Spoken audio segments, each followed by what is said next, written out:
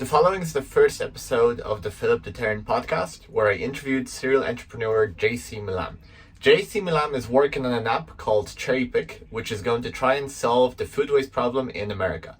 I was very interested in interviewing JC because food waste is a problem that's very close to my heart. I think in the world where there's poverty and kids and all kinds of people starving before sleep every night, while we have a problem with obesity in different parts of the world, is a symptom of something wrong with the world, something wrong with our system.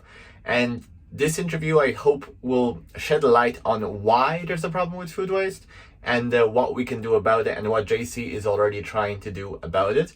I do apologize that the quality in some extracts is not the best. My questions sometimes take a long time to ask, so I really thank you for the patience if you bear with the whole podcast. And I strive to improve in all future episodes. So thank you so much for taking the time to watch this intro, and I hope you enjoy. Man, hi Filip. How are you? Hi, nice. How are you doing today? Good, man. How about you? It's a pleasure. First time we see each other face to face. Yeah, it's a pleasure. Time out of your day to talk to us about a subject that I'm personally extremely interested in. Potential business solutions to the in terms of food, and you're someone that actually has taught, is executing on them. So I think it's a fantastic opportunity to learn from someone that knows a lot about the topic. So maybe to start off, yourself, who you are, how you got to where you are today, and Sure. So my name is JC. Spent about 18 years in the wine business for a lot of the concepts around sustainability because of the cultural, side of the wine business.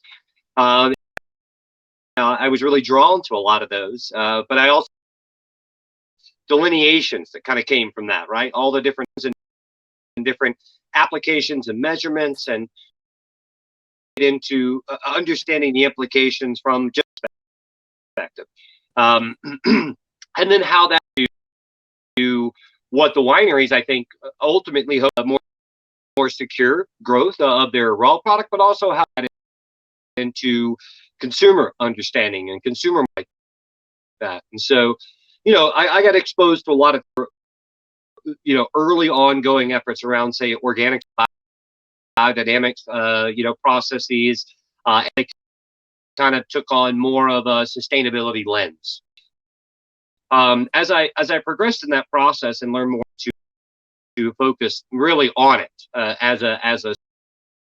so I decided to kind of switch things up. They focused on the product importation and distribution business, and go back and get a master's in sustainability and specifically with a focus on renewable energy. So a multi-entrepreneur.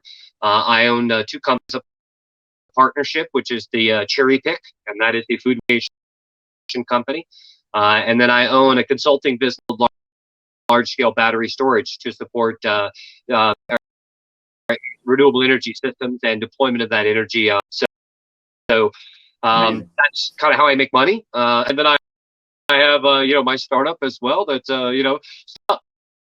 as we're wont to say. So I think at the end of the day too is it's really just looking at the notions of what is sustainability, and a lot of the issues that we talk about that are ideas of sustainability, be it food waste, be it renewable energy, something from the vantage point of, hey, there's an existing system, real issues with those systems, and we can try to tackle them. And that's the bread and butter of entrepreneurs and startups is find the right mix of solution and for certain people, and can you marry those two things? Makes sense, Well, incredible person, clearly from everything that you said. And in my mind, like I would aspire to be somebody like her when I'm older, a couple of decades later on. And I think what you're saying is incredible advice for somebody that wants positive good for the world and wants to somehow transform, right? So I think that's really, really phenomenal. Thank you so much for giving it. And how does that how does that relate to what you're doing with cherry pick, right? So you gave us really nice global Great overview. And Let's just a mic check. Can you hear me okay? Everything's coming through? Yeah. Mm-hmm. So so I mean, as most startups are, just start off with an idea. You start off with a market you think. You try to find out about that market, where there's problems or whatever, and then you try to see if you can develop that market. So Cherry Pick started off on the grocery retail industry, which is where some of the largest amount of waste happens. And was and is still the case. It hasn't changed. Lessons because of the demand in grocery during the pandemic. So what we found was at the early onset of that, a lot of receptiveness in the upper echelons of grocery in the U.S. to the notion of reducing food. The means and method of doing it very different, highly varied. Some very committed, some accounted for their food waste in an economic way, and totally accepting what it is that they have as far as food waste. So in the United States too, we're a little bit different. We're very capitalism driven. We're very economic driven. So if somewhere accounts for that in the form of a economic argument, then oftentimes they consider that satisfying. So we started off in a little bit of a disregard because we started with trying to tackle food waste at some of the organizations in the country as it relates to food and the way of doing it. So we've slowly adopted different approaches where we're trying to work now with the brand owners, because what we found structural components of managing waste at grocery were accounted for by way of this, meaning every time they decided to throw something away because it on their shelf for whatever reason, most of the time there was an economic incentive with their suppliers to that lost value. So the economics of food waste to them were not a pain point. Question on that. Yeah. So I'm trying to understand. So the reason why they want to throw out the food is because wants them to pay for the next fresh food coming in.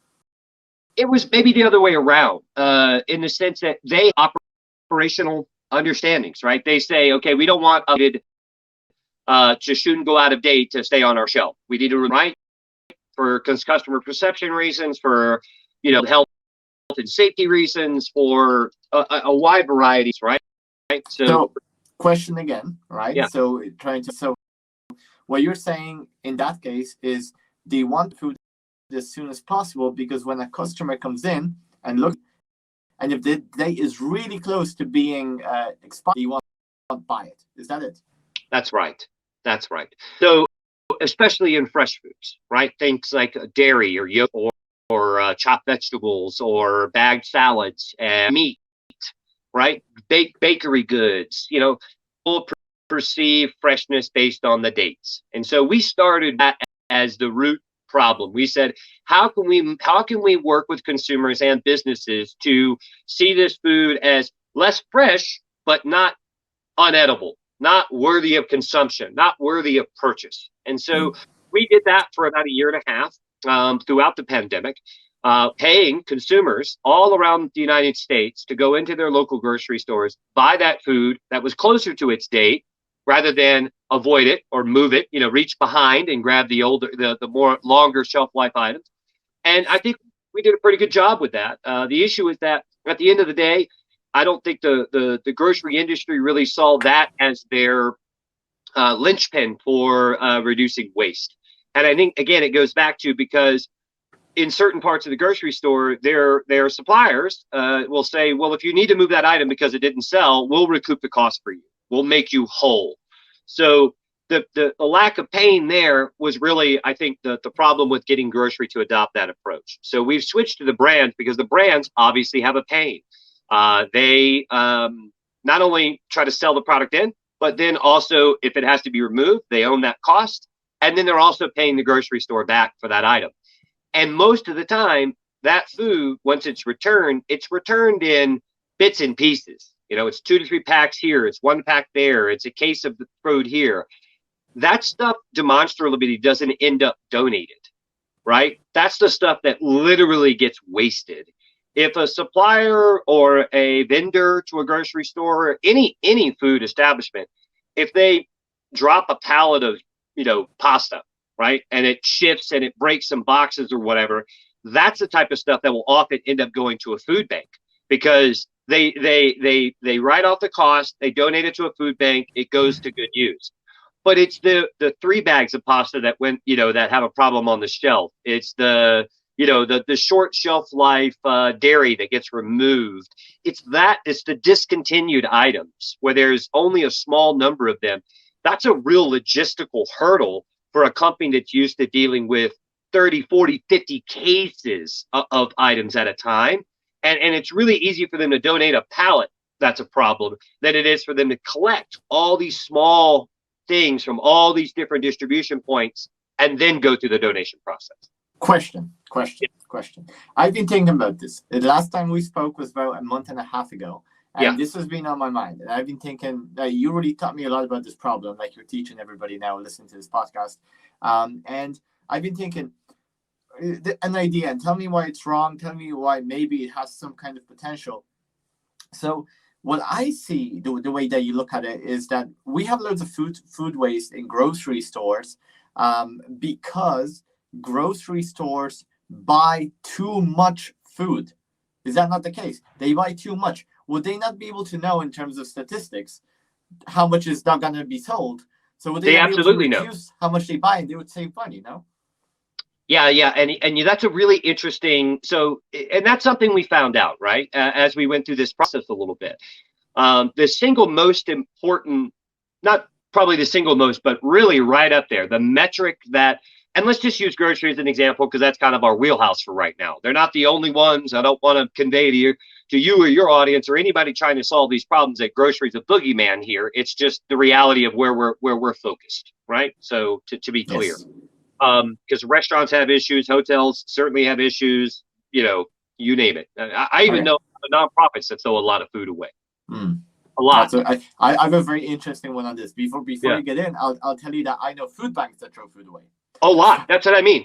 Yeah, when I say nonprofit, I mean food banks and donation shelters. Because again, a lot of that food is just it doesn't have demand. They might get the food in, but that doesn't mean somebody wants it. Even hungry people sometimes don't want to eat that can of whatever type of food it is. So that's crazy. Is that a lot of it's just the cycle of, I think, reality. I mean, to ground this a little bit for me too, and anybody that's listening. I mean, I grew up very poor, right? In the United States, we have what's called food stamps, right? These are government funded, support programs for low income households and stuff. My household used food stamps a lot. So I got government sponsored bread and cheese and milk and cereal. A lot of times I didn't eat the name brand cereals because the cereal I got was from the government, which was a purchase agreement to buy off brand from the same manufacturers, So I'm accustomed to the notion of, at the end of the day, food is something we consume as people, and we have likes and preferences and wants and aspirations. And when you're getting food for free, a lot of times you're fulfilling a basic need, a literal I need food need, but there's still something you aspire to with that food that you consume, whether it's a cultural rooting or something like that. So anyways, back to the point. The grocer is trying to optimize the volume of product on the shelf in relation to how much they think they're going to sell. So they'd much rather have one more unit beyond what they think they would sell versus one less unit. One less unit means they didn't sell as much as they could. One unit, wasted, is they sold everything they could except for that unit, which means they met their maximum sales potential. Anything below that means they didn't meet their maximum sales potential because they don't know if they had 2 more units on the shelf, whether one would sell and one wouldn't. So they're actually most interested in that number. So you're saying they figured this out. My theory, they already know it. They're already applying it. And all that food waste is just that one extra pallet. It's not even the pallet. It's the one bag. It's the one bag of salad that doesn't get sold. That's mind blowing. It's the 2 units of cookies that sit on the shelf too long. And that in the United States is demonstrably where the estimated $13 billion of food waste happens, just in grocery. Wow. So I mean, that is insane. But crazy. Think about the average life in a grocery store. If you're a manager and your job is to manage the section of food that's like the produce section, you're a produce manager and that's your job. Well, if somebody from corporate tells me it's okay if 1% of my items don't sell, it's okay if 1.5% of my items don't sell, you're okay. If 3 don't sell, you're not doing your job right. But 1 to 1.5% is okay. But on an average grocery store, if you look at the produce aisle, for a store that sells, say, $40 million a year in revenue, which is pretty normal, pretty average store for the United States, is $40 million a year in revenue. Well, if a third of that is produce, just for an example, that's like $14 million a year. 1% of that is a $140,000 worth of goods that just never get sold and just go away, go in the trash. Mm-hmm. So that's what we try to tackle. We're trying to find the mix of who owns the pain enough, who has an interest enough in actually trying to help that food not go to waste, and then what's the best way to get that to a consumer that wants it, obviously at a discount. Okay, so question, right? Is this a problem only with fresh food? Is something like, so let's say canned tuna. So canned tuna how long does canned tuna last? Years. Right? A long time. years. A lot longer than the date on the product even, yeah. So would canned tuna also be part of this food that's just thrown out? Yes. Why? So here's why. So you got to look at the market for food, right? So now you're in Spain, right? Yes, Barcelona. Okay.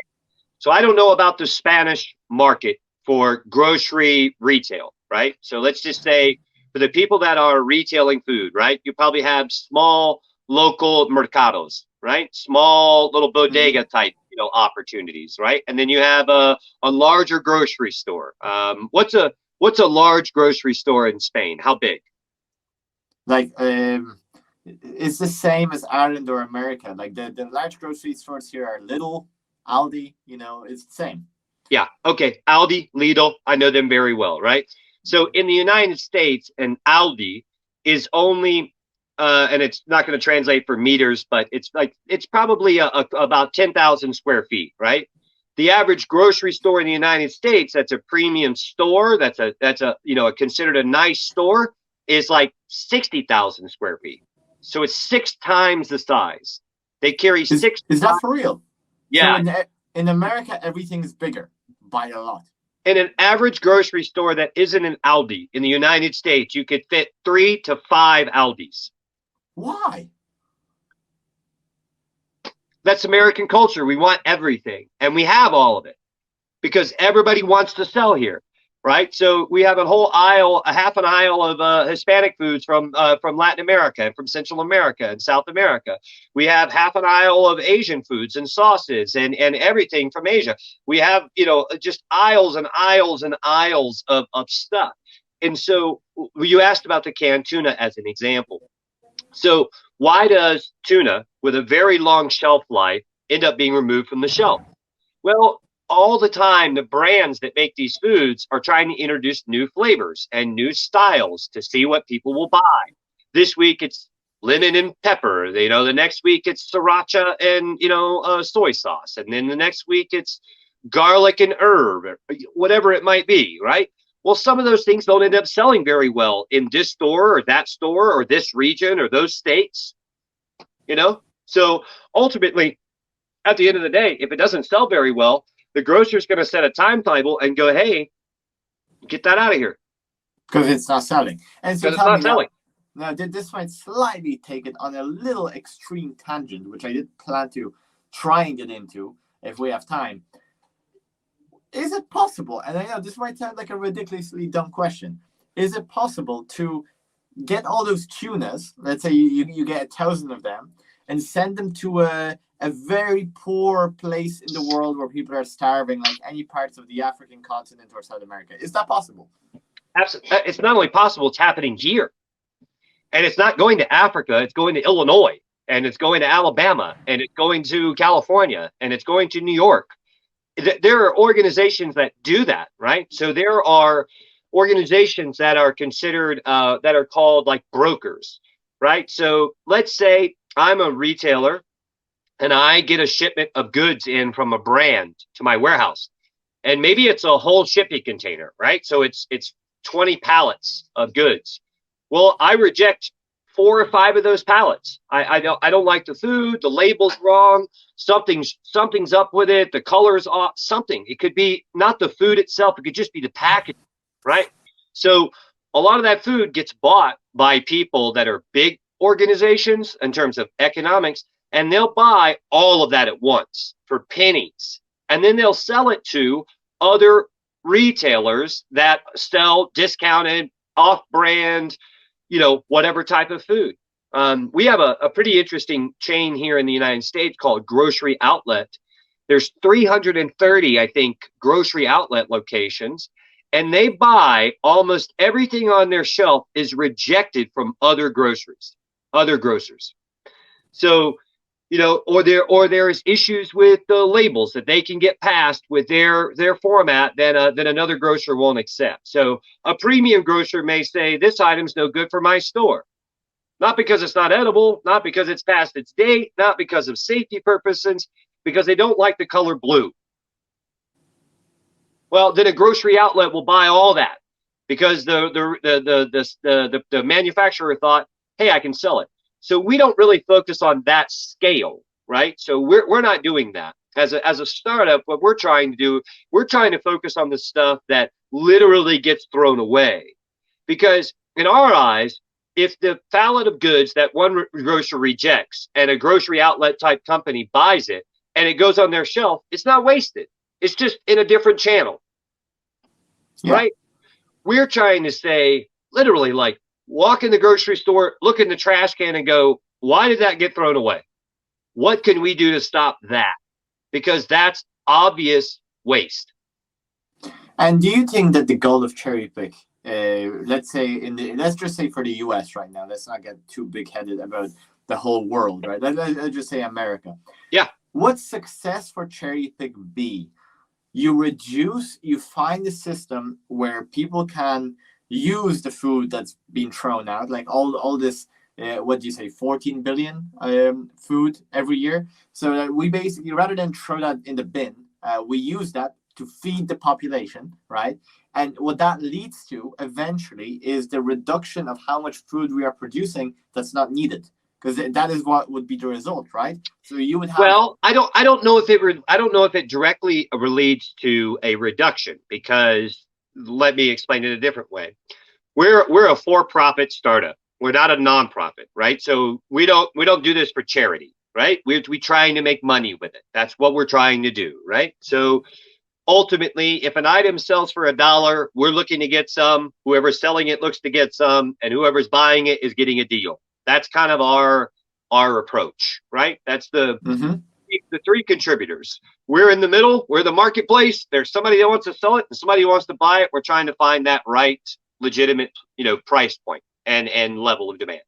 So I don't know if our contribution will be that we help reduce the volume of food that is in the system per se, right? Overproduction, whatever it might be. What we're trying to do is reduce the literal word waste, because food only becomes waste when somebody decides to throw it away. Before that, and up until that point, it's still food. It just has a different value to some people. Yes. So much so that there are people out there in the United States and elsewhere that are called dumpster divers.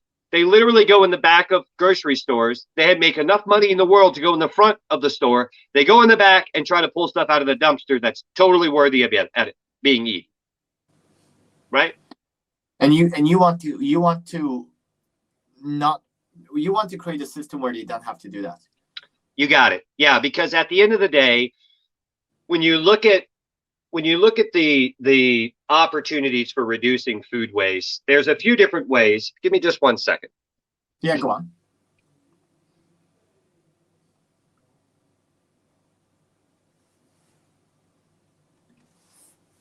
Pardon the interruption. Sorry about that. No problem. If you look at the ways that food waste is managed, it's a variety of ways, right? So in some places near agricultural areas, a relationship might be developed between a food business and a farm that raises pigs, and they'll take that waste and then put it to use in the agricultural. They'll feed it to pigs, literally, right? Yes. It at least goes to use. It's Yes. still food. It's just for a different animal, for lack of a better term.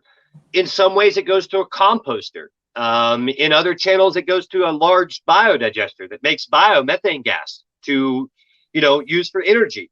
That's still a higher and better use than just throwing it in the trash and seeing it go to the landfill, right? Yes. In our mind, the highest and best use, if you look at the kind of hierarchy of food waste that is out there in the United States, the EPA, the Environmental Protection Agency here in the U.S. puts it out. The highest and best use of any food is food that goes to consumption in a household that has a need.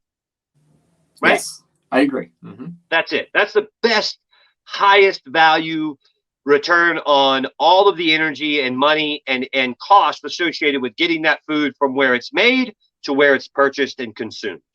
So we focus on that component. One slice of the hierarchy of how you might manage food waste. That's what we try to do. So that doesn't mean there are a lot of startups out there and even very scaled and experienced businesses that do the other, so they do the other ways of managing that potential waste to put it to use. So our aim is to try to find the right mix of consumer awareness that maybe influences their understanding of how much waste is out there. And in return for participating in reducing waste, they save money as well. So not only do they get similar types of food and quality, but at a better price because they help contribute to consuming food that would have otherwise been thrown away. Okay, so question. Let's say cherry pick doesn't exist right now and that waste is being accumulated. Where does that waste end up and what kind of repercussion does that have on the whole world? How does the system work? Let me ask you, so this is part of the answer. Something I want to learn from the main question here. How does the food system work? Please explain it to me and the audience. So let me go back to the analogy of the pig farm, right? So a lot of it is predicated on what regulatory framework, what legal requirements the governments place on those marketplaces to deal with it. So in the United States, we have 50 U.S. states, and almost every state has different regulations on whether you have to do something, you don't have to do something, they don't care, there are no regulations. It's completely different. So if you think about it this way, in the United States, a couple of examples are, like in Texas, as an example, there's no regulation that says a grocery store needs to do anything with its food waste. It can just throw it away, right? There's nothing that says legally it has to do something of value with it. It doesn't have to donate it. It doesn't have to it can literally just throw it away. In California, they just passed legislation that says anything above 4,000 pounds a year, you have to do something with. You cannot put it in a trash can. That's a total different dynamic, right? So in California, the way that works is a grocery store, as an example, just going back to grocery, they might send some of it to a biodigester for anaerobic digestion and gas production, right? And what's called renewable gas, right? They might send some of it to nonprofits. They might do more donations because they can't legally throw it away, right? Or they get fined. They might partner with other retailers to have a downstream market. So when they reject something, instead of them just rejecting it, they reject it, but then they have buyers that they partner with to get that product and put it to use. So it just depends on where you're at, in any given location. It would be like in Europe. Spain has different regulations from Italy, from, Finland, for lack of a better term. Okay, so let's be cynical. Let's say there's no system. What happens then? So in my mind, the best case scenario is this, at least under the premise of what the United States and how our economic system works, right? So the system is that in capitalism in general, it's meant to produce goods and bring those goods to market or services and have people consume them, right? Well, when you have something that has a shelf life or is perishable, that can truly go bad. It can eventually, it could eventually get moldy or, maybe make people sick, right? Those are real issues with the food system, with just food in general. So ultimately, the best case is somewhere it gets purchased and consumed, right? And the amount of waste from its processing, from its distribution is nominal, if little to none, right? That's the best case scenario, right? So if you look at the current system as it is, there's a certain amount of waste that's just baked into it. It's just a part of the process. So for me, when you look at the system, and I love the podcast name Below the Iceberg, right? So the iceberg is the grocery store, right? Below is all the rest of the issues that contribute to being able to see that grocery store up here, right? So what we're trying to do is figure out where that stream underneath the iceberg, what chunk of that iceberg is really genuinely waste. And then how do we stop it from becoming waste? And if you can do that in an economic way that has a benefit to two parties, then you've developed a real system. You've developed an alternative to what is already waste, to what people are already accepted as throwing away and being okay with it, Because ultimately, for me, sustainability and how we get about that is the highest and best use of the resources that we have available to us, right? I think what you proposed is a solution, right? But what I'm wondering about, and I think you're right. I think it's a great solution. I'm extremely supportive of what you're doing and just solving this problem. But let's pretend that your solutions don't exist right now, and I'm sure they don't exist in other places. And I think Spain is probably one of the places where they don't exist. Just for example, when here there's very little recycling. There's a very little. There isn't really an efficient system for handling waste here, right? Yeah. So the food goes in the bin. Where does it go after? The trash can. I mean, the landfill. And what happens to the food in landfill? It breaks down into methane.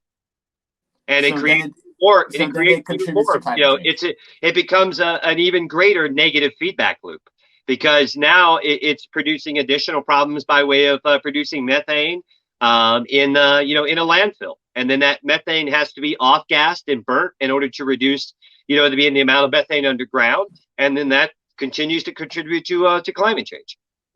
And ultimately, all the resources and time and energy and carbon and everything else that went into producing that one unit now is just becoming a problem. It's been a problem throughout its entire life cycle, right? So it costs money to produce, it costs water to produce, it costs energy to produce, and somewhere along the lines, a few people made money, but at the end of the day, even though some people made money, it never went to use. Right?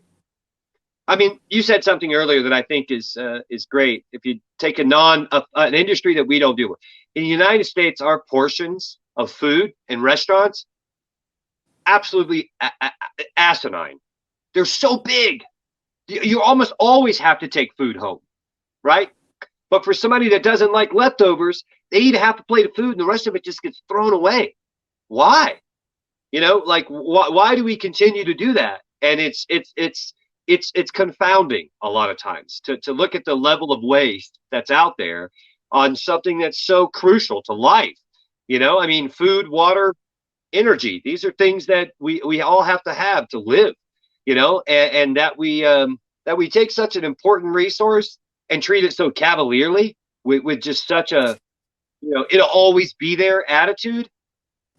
I think that's how you find societies that fail, honestly. I think that's a very deep truth, and I have some interesting questions, which I think kind of are related to this in a strong but deep way. And this is not specifically the problem you're solving the cherry pick, and I'm aware of No, that. that's fine. I'm aware of that. Yeah, that's fine. And this is something that you dealing with so much food waste, you have so much more knowledge and possibility of understanding this compared to myself. So I want to ask you two things. Number one, let's start locally in America, which is obviously a market that you know. Is there homeless people or people that are really below the poverty line that are in need of food? Maybe there aren't, but I'm wondering, because I know a bit about Ireland. Before I let you start, let me just give you this example. Kind of blew my mind. So my friend has been working in homeless shelters. She was working there for 2 years, right? And when this actually came up, I've actually said that I was talking to you. I was talking to someone in the US trying to solve this problem, so on, something I'm passionate about. And she told me that, and she shocked me. She was like, within food banks, within homeless shelters, about 33% of the food, which is good food for them to eat, is thrown away. So actually in Ireland, there is no problem of hunger. Zero. It doesn't exist. Everybody can get food if you just want to. If you just go to a food bank, you don't even need to be homeless. You'll get food. In Ireland, although Ireland is one of the most privileged countries in the world by a long mile, it's so rich and small. What is the situation in the US? What do you think about this? So, I mean, I think that's an interesting situation, right? So if you look at it from that perspective, number one, I don't know if you can take the anecdotal experience of a couple of nonprofit food banks throwing, that much food away and say, well, there's enough food for everyone. Yeah, like most things, it might be an issue of logistics, right? Meaning, where is the problem and where is the solution? Well, if you're hungry, if you're farther away from a food bank, you may not be able to get there. True. Right? If you're poor, you're homeless, maybe you don't have a bike that allows you to ride 3 miles or the money to take the bus to go 6 miles to get to the food bank. So you got to walk there. Maybe it's just easier to go to a trash can than it is to go to the food bank because of logistics, distance, reality. But to answer your question, there's absolutely it's in a country as wealthy as the United States. The volume of people that go without food on the regular would astound you. It would shock you. It would shock you to know how many people, children specifically, go without meals regularly because of a lack of food opportunities and food supply. And why is that? Because at the end of the day, a lot of the issues associated with food poverty and the lack thereof are grouped in with other economic and societal problems, right? The time it takes to go and acquire food. When a nonprofit food bank might be open to go to somebody that works 2 jobs, right? That a school may have a free lunch program. So, the kids get a free lunch. I was a free lunch kid. I was poor enough to qualify for free lunch. So my lunches were covered by the government, but that doesn't mean my dinners were. Doesn't mean my breakfast is, and, if you're, a lot of it too is depending on where you're at. If you straddle the line between considered being very impoverished, meaning you have very little resources, or if you have just enough resources. And in the United States, we actually penalize people for having just enough resources rather than getting them the resources that they need. And let me give you an example. Maybe you work, you're a single mother and you work 2 jobs and you have a couple of kids and, you make just enough money to not be considered impoverished. Right? You work 2 jobs and maybe you make $30,000 a year between those 2 jobs, right? All of a sudden you're cut off from things like food assistance, right? So what might be another $140, 80 euros a month to you that would help? You don't get because you're just above the rate where they don't give it to you anymore. Poverty So trap. Mm-hmm. even if you have a need, right? Even if you have a need, oh, no, you don't have a need anymore as far as we're concerned, the economics of it. So the only real outlet you have is to go to a food bank and then ask that food bank if they'd be willing to give you food, or a church, that operates, some donations. You can't go to a for-profit business, or 9 times out of 10, a grocery store, a restaurant, a hotel, or whatever, a market, and say, hey, I need food. They're going to say, go to the food bank. They're not going to walk in the back and give you a bag of groceries they're going to throw away. They're actually more likely to not give you that if you tell them you have a need. They're more likely to tell you to go somewhere else than to actually help you with what you need. Because you would become a problem because you would go there every day. Yep. That's pretty sad, but at the same time, I consider myself to be a realist. I understand the perspective of both parties here. I don't think that grocery store owners or managers are evil. I think what they're doing is they're doing their job. Like they don't want loads of hungry kids to come in every day and like scare off customers, because that's what they would do. They would scare off customers to be like, why is there so many poor kids or poor people coming here begging for food? So I do get that, but I do think that this is still a problem. And the question is for you, who do you think and why should solve it? Public or private sector? That's a really interesting question. I straddle this line a lot. Okay, and let me explain my view on it. I think in a problem that touches everyone, right? Meaning we all waste food. Even people that don't have enough food waste food, right? So this is endemic. It's systemic to our existence as a creature, yes. As humanity is concerned, right? Agreed. So when you have that level of problem, and you have that level of implication, right? The implications of having those issues, you really do need some form of framework for businesses, households, individuals to operate with. The most likely of those frameworks comes in the form of regulation. That doesn't necessarily mean the government is the one that solves the problem, but they try to identify problems and say, hey, we need to put a curb on this, and we need people that contribute to this to try to solve for it, right? So ultimately, unless, and it's not to say that a lot of businesses don't donate food that would go to, food banks without being told to, right? They do it really through charity, through altruistic reasons. They don't want to waste the food. They give it away. It goes to somebody that needs it. Bravo. Great, right? Ultimately, though, it comes down to, I think, it comes down to business and society. So it's two things, right? It's we as individuals have to understand the degree to which we and our purchase patterns and habits contribute to this, and how the businesses, in the attempt to try to satisfy those things, contribute to this.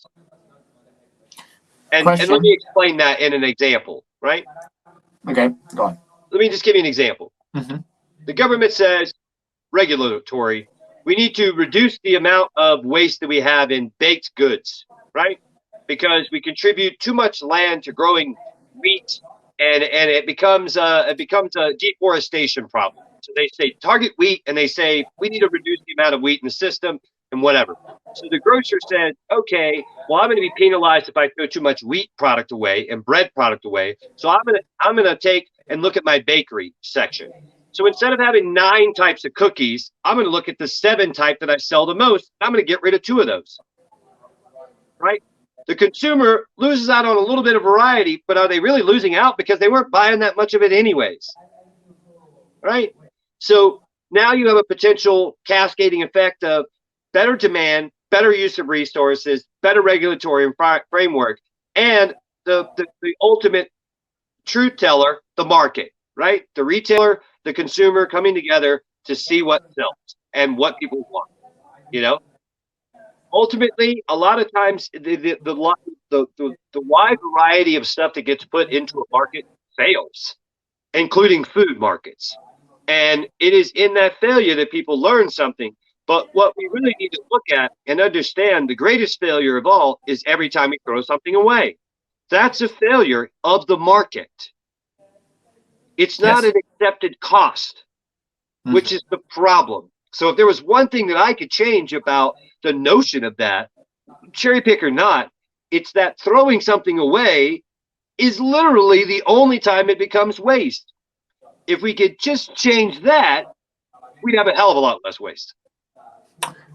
Very interesting. Very interesting. And I think what you've explained is very much about the problem you're solving with cherry pick, right? So you've this example that you just gave about, I think it's the same in grocery stores. I think it's the same in our households.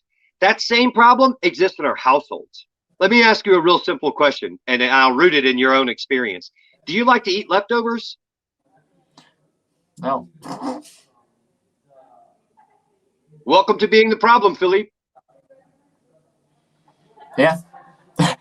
That's for sure. So what you're saying is that as individuals, we need to basically change culturally. Yeah. And okay. So it's what you're saying is a fantastic explanation, but it is such a wide like there's so many things to talk about at once here. So what you're saying, food waste is big, right? There's a lot of nuances massive. to it, is what I'm saying. So okay, yeah. This was a great food waste analogy, and we could spend even longer talking about it. I think it's an incredible subject. I asked originally, just there. My question was more towards local hunger, right? Local hunger, right? So going back. So in terms of local hunger, do you think it's the public or private sector? The way that you explain how it works, that problem. I would say most of the time it's going to be private sector, and let me explain why. It doesn't mean it's the for-profit. Okay, right? Mm-hmm. So yeah, okay. Yeah, so private is one thing, community is something, government is something, right? Yeah. So so government or not government. You got public, it. Government, So not if government, you do private. public versus private, right? Yes. I don't know too many places where I can go get food from the government. Yeah, me neither. I don't know one. I don't even know one.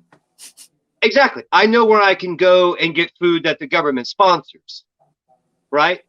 Yeah. That I know. But I don't know where I can go get food from the government. That alone tells me it's a private issue.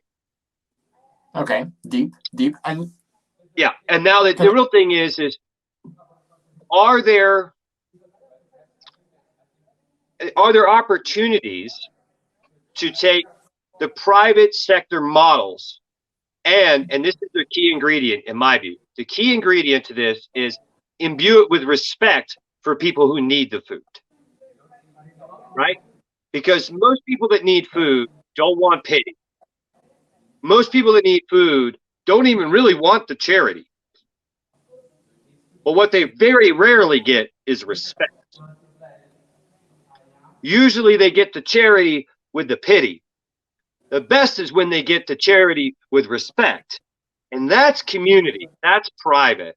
And during this process of trying to build Cherry Pick, as an example, I met a young lady that's an ex-chef of a very nice restaurant group in Chicago, right?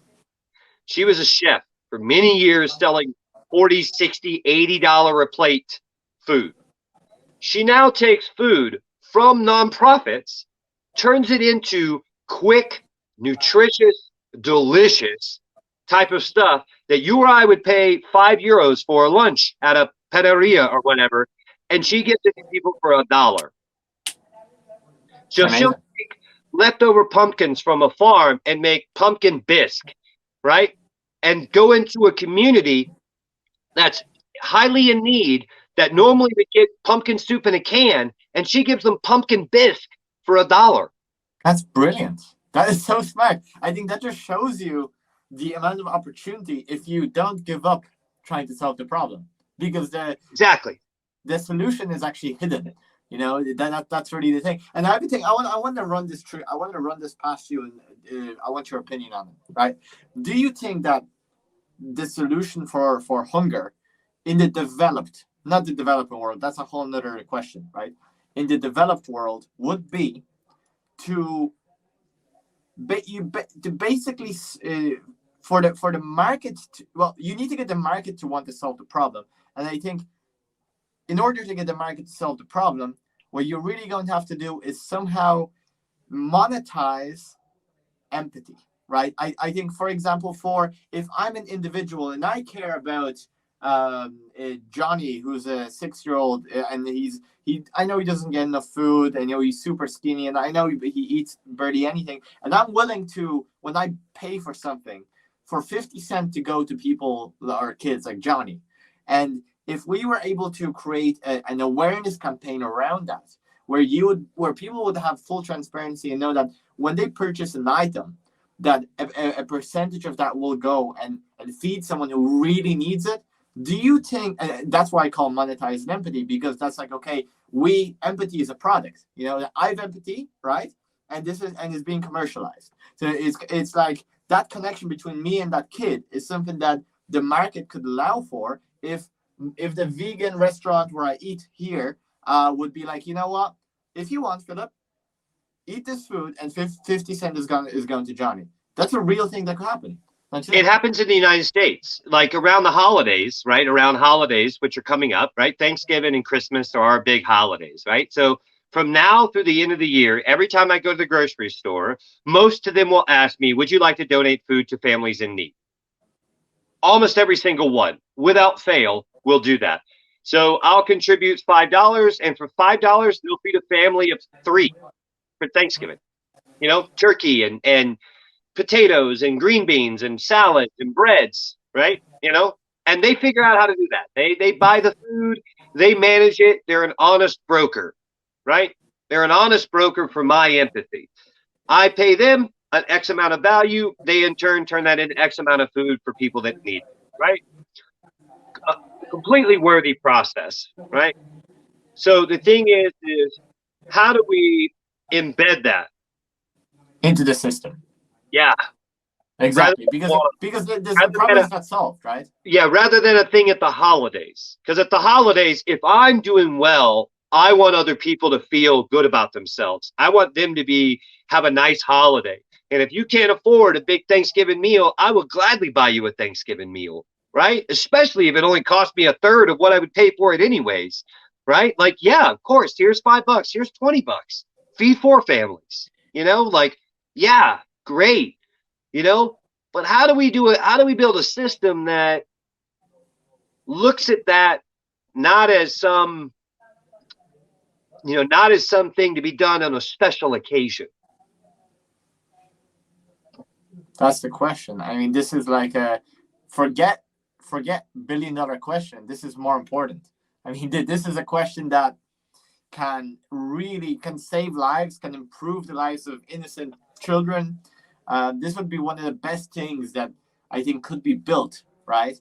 And I think it's all about, I do feel that there's a lot of distrust between people. I think people think like, oh, this money is it really going to Johnny who's starving on the street? Or are these guys, is this a racket? Because we have such a history of evil and lies. You know what I mean? Do you think that's a part of it? 100%. So I think part of, and I'll root this in my personal experience with Cherry Pick. So, to date, for 2 years, we've tried to get to market. For 2 years, we've never once had a retailer agree to work with us. Not once. We've tried. We paid their customers to buy that food before it went to waste. And we showed them that we were doing it, and they still didn't agree to work with us. Why? Because we start the conversation about food waste, right? Rather than food sales. We start the conversation on the basis of food waste. They don't trust us, I think, a lot of times to be for profit and be really truly about food waste production, right? Almost the second question almost all the time is, oh, are you a nonprofit? No, I want to make money. Unabashedly want to make money. You make a lot of money. You throw away a lot of food. We'd like to take that food that you throw away and help you make more money. And yeah, we want some. Not a foreign concept. And yet, when you say and you talk about something like food waste, people instinctively think this is a community government issue and it should be a nonprofit and you shouldn't make money from that. What? Why?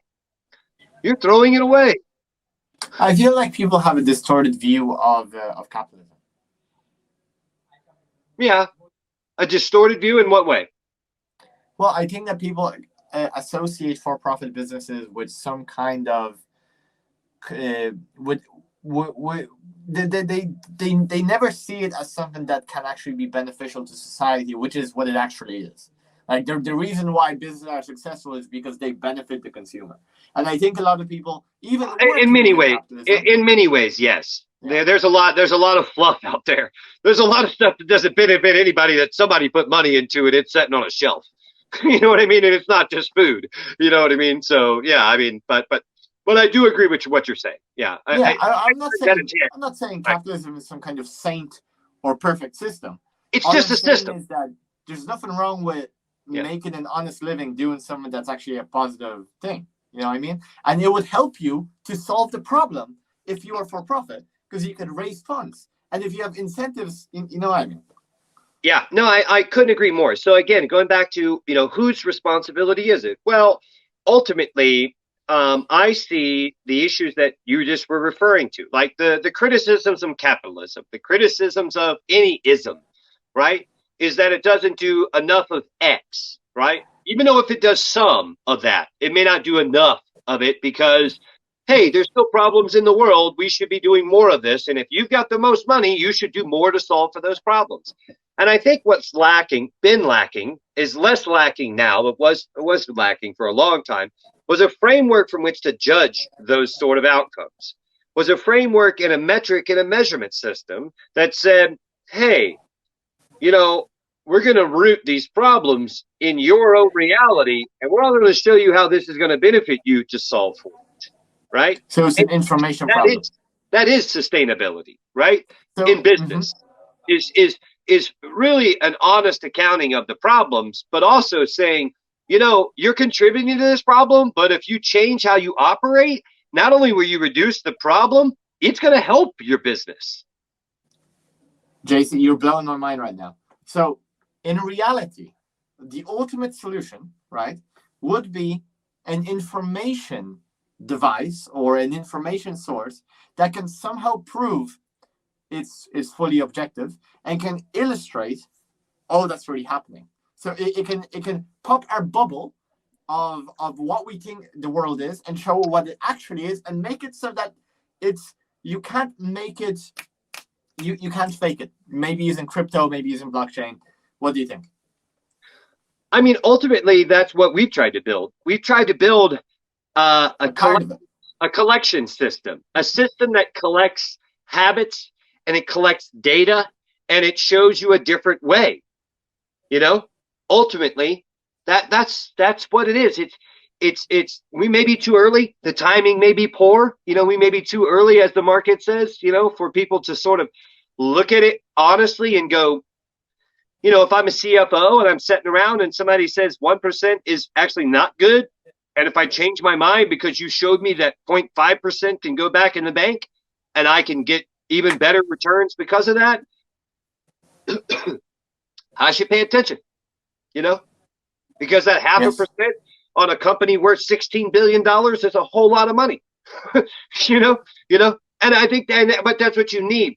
You need sustainability and solutions like ours that are trying to create a more sustainable outcome, right?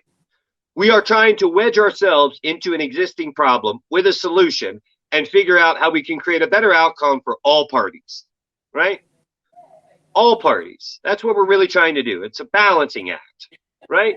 It's not a one-way, two-way exchange. It's a real balancing act to wedge yourself into an embedded problem and figure out how to make it more beneficial to all parties, right?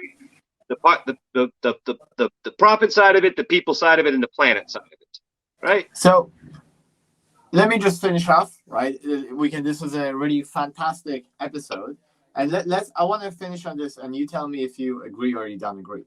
Okay. We are being punished, and we will be punished much worse as a species due to the fact that we have not been applying all that we talked about within this podcast episode, right? We have been ignoring externalities all our history. And now we are forced to actually measure them, like CO2 emissions. We are forced to track that, and we're starting to monetize it. So do you think that the world is moving in the direction that we want it to, where we are forced to measure all these things and forced to act on them and add them into our system, into the economy? Because they were easy to ignore for a long time, but now they're coming back to bite us in the ass. And do you think, are you hopeful, optimistic about this future? What do you think? Let me ask you a question. Who do you think is forcing people to do that right now? But again, who do you think is... Who do you think is... Who in all of the equation, in the world, who do you think is actually forcing companies and things to change? Who's creating that change? The consumer. In many ways, yes. Right? In many ways, yes. Now, if accounting for externalities is really what we have to do, and I believe it is, I really believe it is. The only way you get to a genuine accounting of those externalities is you have a force that tells people and their systems and their nations and their companies and their organizations, you have to do it. Okay? So what we have to do is support that force, because what we don't want to have is the point at which those externalities become such powerful influences that you can't even continue to operate in the manner that you think your business or organization or nation should, because you face such high levels of externalities and influence on you that the normal procedure that you might have done 10 years prior to account for your externalities is irrelevant anymore, because those externalities are so strong and so destructive and so dynamic at any point in time that it's really hard to understand what's going to happen in 5 years, much less 50 years. Right? That's scary, actually, but you may continue. That's what climate change scientists are saying. That's what people like me are trying to do with businesses like whom I want to work with. I'm saying business as usual is no longer the right path. We have to account for these externalities. And where we've already done that accounting, we need to really reduce those externalities. Of course. Because if we don't, those things are going to get exacerbated significantly. And now you ask me my personal understanding. To be perfectly honest, I think that sustainability and the way that we dream it up and the way that we aspire for it to be is really hard to see coming to life. I think the reality is that climate change is real. It's here, it's present, and it's going to get worse.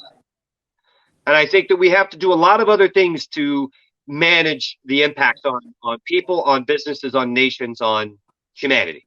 We're going to do a lot of things, right?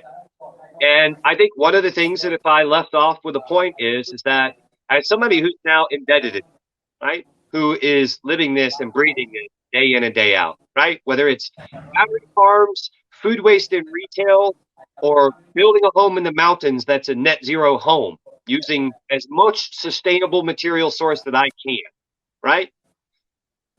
I think, we've got to do everything we can. And, one of the things that I really hope that if anybody listening to this podcast, you yourself as a passionate individual that's young, I hope you can keep the level of pragmatism and understanding that the world needs to change, but not a lot of people are really aware of how bad it needs to change yet, right? And so if you can do one thing that maybe would help the world is try to think about how the scale of impact you could be, right? Number one, can you do more than just where you walk your feet, right? Can you have a greater impact than just where you walk yourself, where you live yourself, right? Can you inspire others? Can you contribute? Can you create a solution or a startup that has global reach and it creates greater impact? Can you do those things? Because if you can, the world needs all of those, right? It needs all of those. as much as it needs more vegetarians who don't eat meat, right?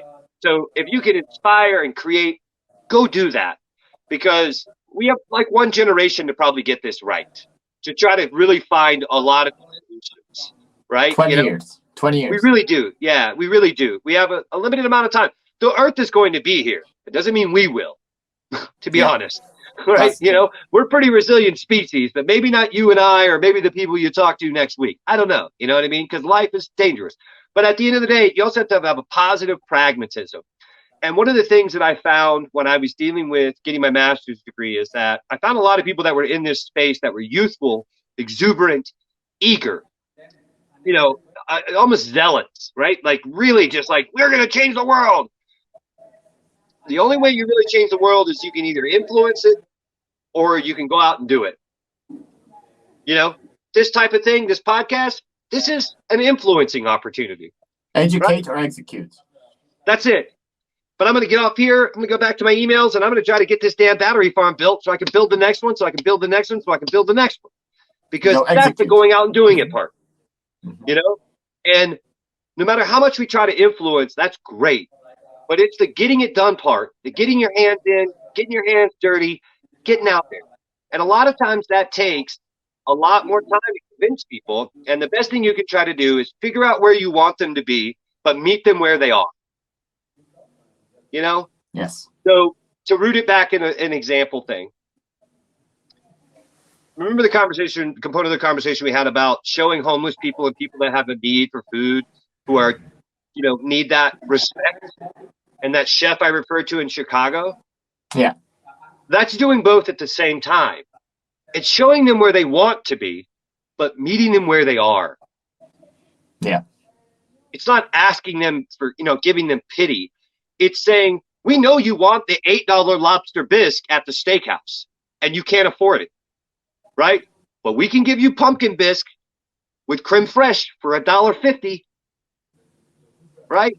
So it's both aspirational and pragmatic, you know, practical. And I think realistic optimism. Yeah.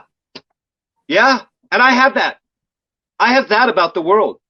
I am concerned about climate change greatly, and the impacts it can have greatly and will have. Really am. And I'm doing things to be personally resilient, you know? But at the end of the day, yeah, I'm going to be practically optimistic, you know what I mean, about what we can do and where we can do it, you know? And I want to demonstrate it, I guess. That's what it, for me, is what it comes down to. Trying to really demonstrate it, you know? Mm-hmm. Thank you. Well, I think that's an incredible view in general, and I think you're a big inspiration. And I would really love to do this again whenever you feel like it. I think there's so much more to talk about. Pick the topic, man. I am happy to jump on. I love these conversations because they leave me with something to think about all the time. And honestly, it's in that thought process, it's spending time with those thoughts and those ideas that other people bring to the table, that I'm able to then maybe conceive of the next opportunity to build something and have an impact. It's been a pleasure. Really. It's been fantastic. Okay, and, I'll let you go back to work. I should be in Spain in 2023 for maybe several weeks. Spain and Portugal. So if you're still in Spain, you know what I mean? You're in Barcelona, is that right? Yes, Barcelona. I plan to be in Barcelona for sure. So let's stay in touch. And if you're ever in the States, let me know, and vice versa. I will. Thank you so much, JC. It's been an honor, really. Thank you so much. See you later. Thanks for your time, Filip. I appreciate it. Have a great day.